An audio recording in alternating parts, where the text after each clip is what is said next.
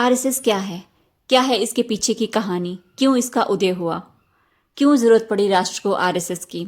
इस पर कब कब प्रतिबंध लगाए गए? इसका उद्देश्य क्या है? इसने क्या क्या उपलब्धियां हासिल करी? क्या रहा इसके 100 साल का संघर्ष? तो चलिए जानते हैं।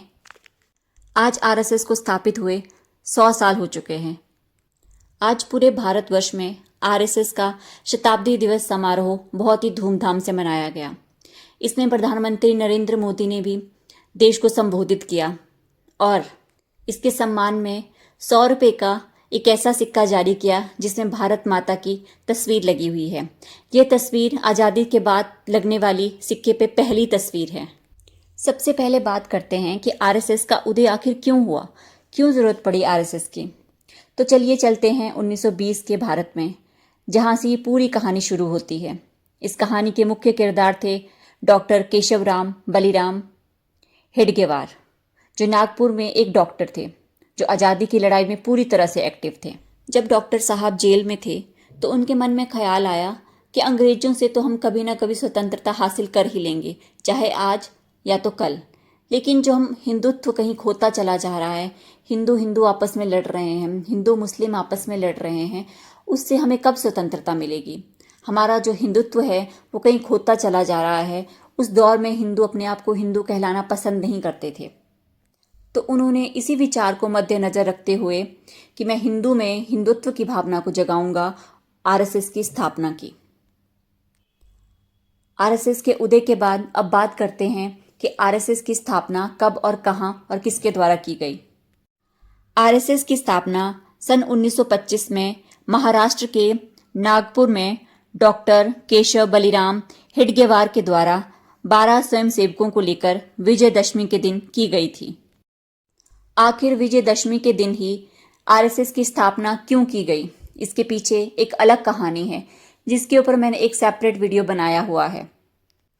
आरएसएस की स्थापना के बाद अब बात कर लेते हैं कि संघ कितना बड़ा है। संघ वैश्विक रूप में कितना फैला हुआ है, उसका वैश्विक नेटवर्क कितना है। संघ का जो बेस होता है वो होता है शाखा। शाखा जो 1 घंटे की बैठक होती है जिसमें योग, खेल और चर्चा होती है, यह संघ की बुनियाद है। शाखा एक तरह की फैक्ट्री है जहां से स्वयंसेवक तैयार होते हैं। संघ की दुनिया भर में 57,000 से भी ज्यादा शाखाएं हैं जो 40 से भी ज्यादा देशों में मौजूद हैं और इन शाखाओं में तकरीबन 1 करोड़ से भी ज्यादा स्वयंसेवक हैं जो कार्यरत हैं। तो आप इस बात से अनुमान लगा सकते हैं कि आरएसएस कितना बड़ा है।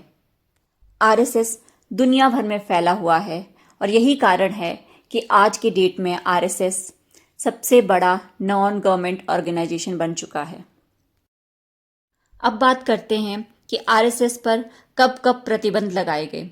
आरएसएस पर 3 बार प्रतिबंध लगाए गए। सबसे पहली बार सन 1948 में जब महात्मा गांधी की हत्या हुई थी।